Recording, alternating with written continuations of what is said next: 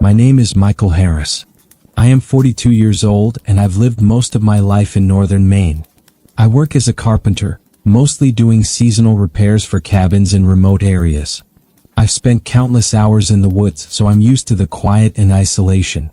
But there's one summer that still stands out in my mind, even though nothing concrete ever happened. It was the summer of 2017. I had been hired to repair a cabin about 15 miles north of Millinocket. The cabin was on a small private lot surrounded by dense pine and fir trees. There was no cell signal, and the nearest neighbor was a half-mile away, which I knew ahead of time. My job was simple: fix the decking, replace a few broken windows, and patch the roof. I arrived early on a Monday morning, driving my old truck along a dirt road that twisted through the forest. The road was narrow and uneven, lined with trees that had grown close together over decades. The drive itself took longer than I expected. The air smelled like wet pine and soil. Once I pulled up to the cabin, I noticed how untouched it looked. The wood had aged to a dull gray, and the roof had patches of moss. The porch sagged in one corner and a few shutters were hanging loose. I unloaded my tools, set up my workbench on the porch, and got started on the repairs. The first day passed without anything unusual. I worked from dawn until sunset, stopped to eat a simple lunch of bread and cheese, and then cleaned up my area. The cabin had no electricity, so I relied on a kerosene lamp and a small propane stove. I made coffee in a percolator on the stove and went to sleep early, exhausted from the day's work. Around midnight, I woke to a faint sound outside. At first, I thought it was a raccoon or maybe a deer. But then I heard it again. Footsteps, slow and deliberate, pacing near the side of the cabin. I sat up and listened, heart beating a little faster but trying not to overthink it. There were no voices, no calls, nothing that sounded like someone talking. Just movement through the underbrush. I got up quietly and peered through the window. The moon was half hidden by clouds and shadows stretched across the ground. There was nothing. No figure, no shadow moving between the trees. I grabbed my flashlight and walked around the cabin, checking the perimeter. Nothing. The dirt near the foundation looked undisturbed, except for the footprints I had made earlier in the day.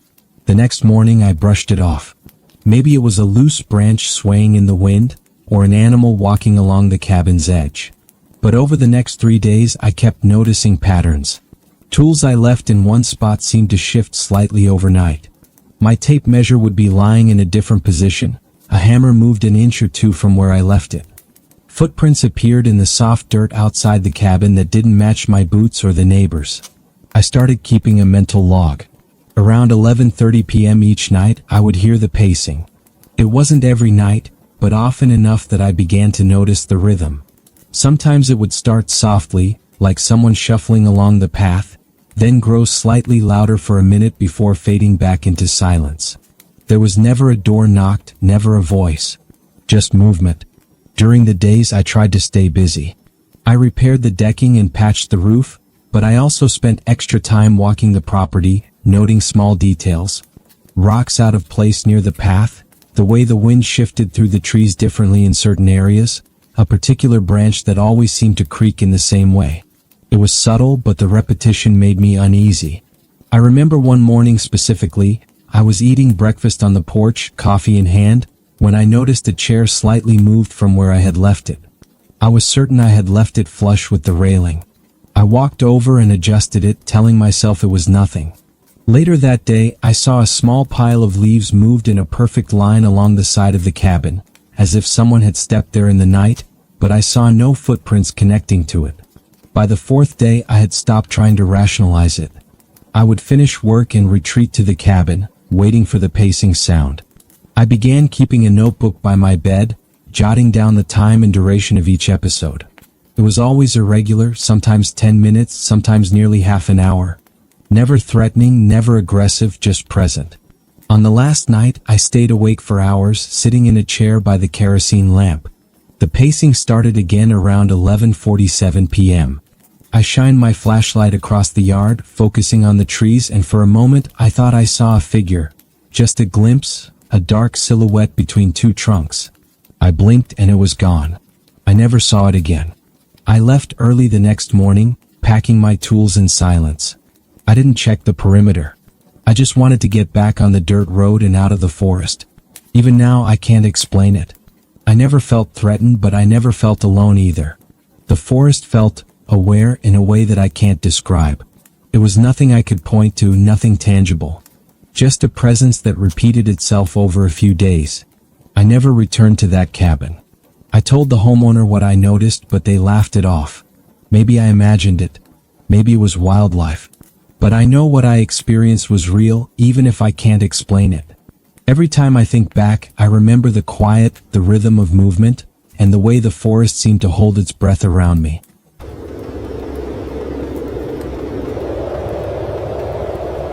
My name is Daniel Ortiz. I am 36 years old and I drive long-haul trucks for a living. I've been on the road for almost 15 years, covering routes across the Southwest. Most nights, I stay at rest stops or quiet stretches of highway. I've had a lot of strange experiences over the years, but there was one incident in Arizona that still lingers in my mind. It was late September 2020. I was driving east on Interstate 10 heading from Tucson toward Phoenix. The sky was clear, the air unusually dry and still, and the desert landscape stretched out on both sides of the highway. I had been on the road for nearly 12 hours, stopping only briefly for fuel and coffee. Around 9 p.m., I pulled into a small rest area about 20 miles west of Phoenix. It wasn't busy, a few trucks parked in the lot, one or two cars at the gas pumps. I filled my tank, grabbed a coffee, and went through my paperwork. Everything seemed routine. After about 15 minutes, I got back on the road. As I settled into the cruise control at 65 miles per hour, I noticed a car in my side mirror. It was a small, black sedan, darkly tinted windows, nothing extraordinary on first glance. I assumed it was just a car keeping pace, which happens often on long stretches of highway. But then I realized it wasn't moving past me. It was matching my speed exactly. I slowed slightly and the car slowed too. I sped up a little and it sped up. I changed lanes trying to see if it would pass, but it moved lanes in perfect sync with me. I started paying closer attention. There was no way this was coincidental. The desert highway was quiet, very few vehicles in either direction. The only lights were mine, the car behind me, and distant signs. I called my dispatcher and explained what was happening. They suggested I pull into a well-lit truck stop. I did so at the next exit, watching as the sedan slowed its pace but did not stop. It circled the lot slowly before eventually taking the off-ramp. I stayed for about 20 minutes, walking around the truck to clear my head. When I returned to my truck and got back on the highway, the sedan appeared again about a mile behind me. It stayed there for the next hour, keeping the same distance, mirroring my every movement. I tried minor maneuvers, switching lanes, slowing down for a minute, even stopping briefly at a deserted way station. The car never passed, just matched my actions. I checked my mirrors repeatedly, hoping to get a license plate or some identifying detail, but I couldn't make anything out. It was like it appeared or blended into the shadows depending on where I looked. The desert night was quiet, almost eerily so.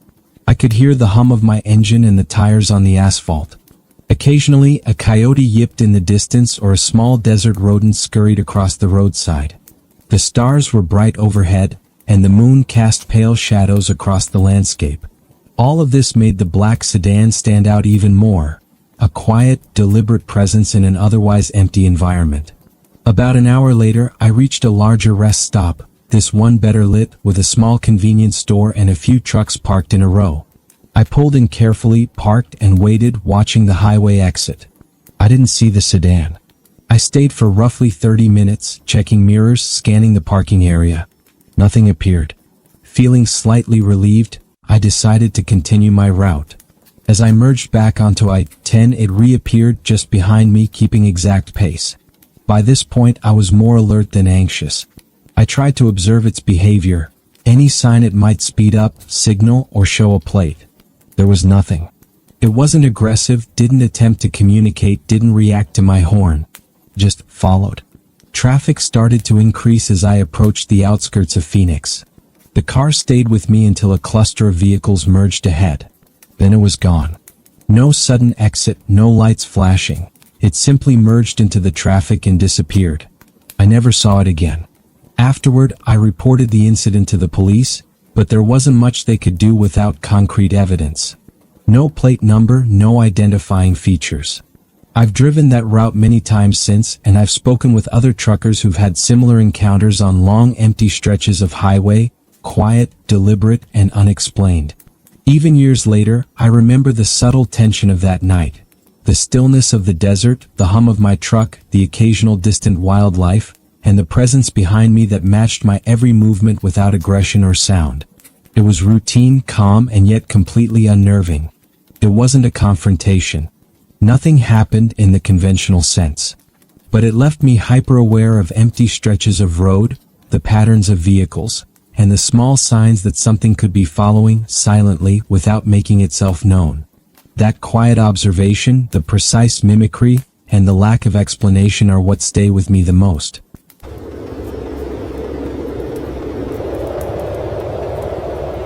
My name is Robert King. I am 50 years old, and I've been a park ranger in Wisconsin for most of my adult life. Part of my job involves patrolling campgrounds, maintaining trails, and occasionally investigating minor disturbances.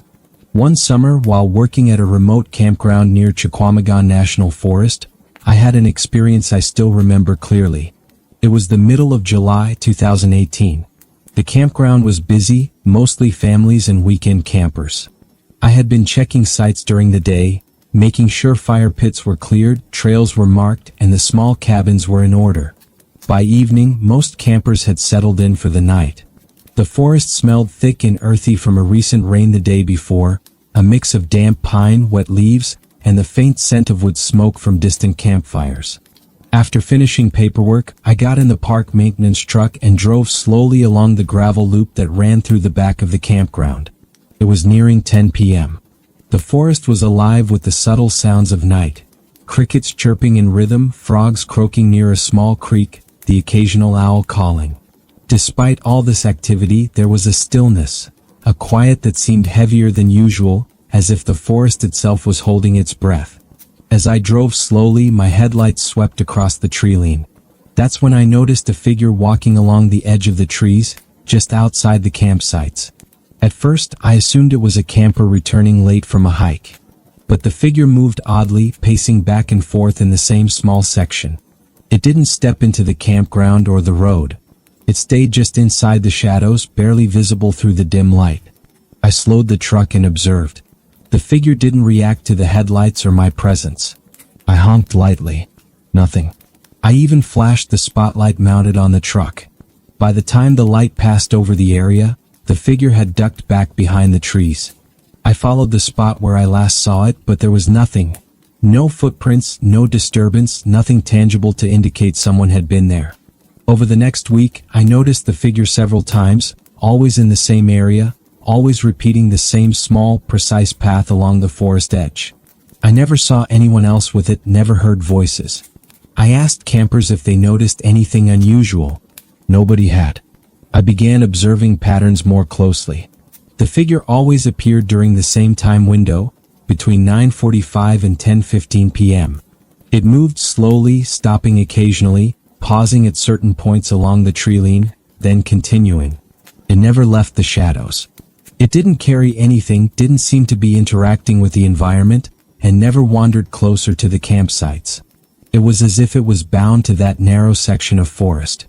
I started timing its appearances and comparing them with environmental cues, the wind direction, the faint sounds from nearby creeks, even the chorus of crickets and frogs. Nothing explained its behavior. Sometimes a camper's light would flash briefly or a dog would bark, but the figure would not react. It didn't hurry, didn't hide, and didn't leave. It just repeated its movements, slowly, deliberately. I checked nearby trails and service roads multiple times during the day. Nothing, no footprints, no tire tracks, nothing to suggest repeated access. The forest floor was soft and loamy from recent rain, perfect for tracking, but there was no trace of anyone traveling to or from that area. It was just the figure pacing back and forth as if part of the forest itself.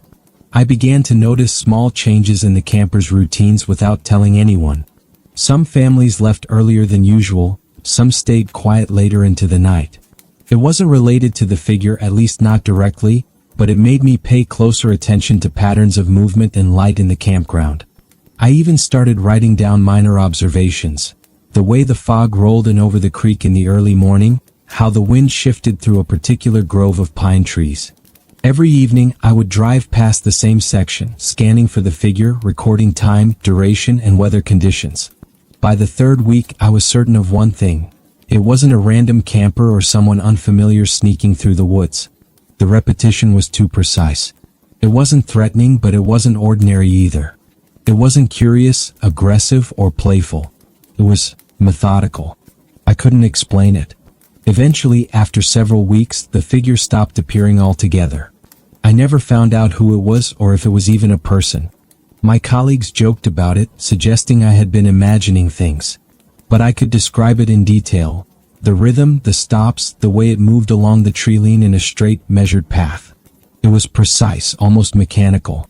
Even years later, I think back on that summer and drive past the campground occasionally. I expect, or at least half expect, to see it pacing back and forth along the edge of the forest. I scan the shadows, the small stretches of gravel, the trees, hoping to see nothing, yet still aware that it could appear. It wasn't threatening, but the repetition and the quiet observation stayed with me in a way I can't shake. The forest has a way of making you notice patterns, animal tracks, the rhythm of a creek, the sway of branches in the wind. That summer, I noticed one pattern I couldn't explain. A routine that wasn't natural, but also wasn't violent. Just there. Always there. Quiet. Watching. I've spent decades in these forests. I've seen storms, lost hikers, wildlife close enough to touch, even minor accidents. Nothing else has ever felt like that.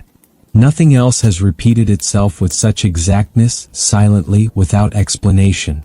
Even now, when I tell people the story, I try to keep my voice calm, matter of fact. That's what it was, a small, repeated, inexplicable presence at the edge of the forest. That's all. I've never seen it again, and I doubt I ever will. But every time I drive past that section of Chequamegon National Forest, I remember the rhythm of its movement, the pauses along the path, the faint outlines of the trees, and the way the forest seemed almost alive with quiet attention.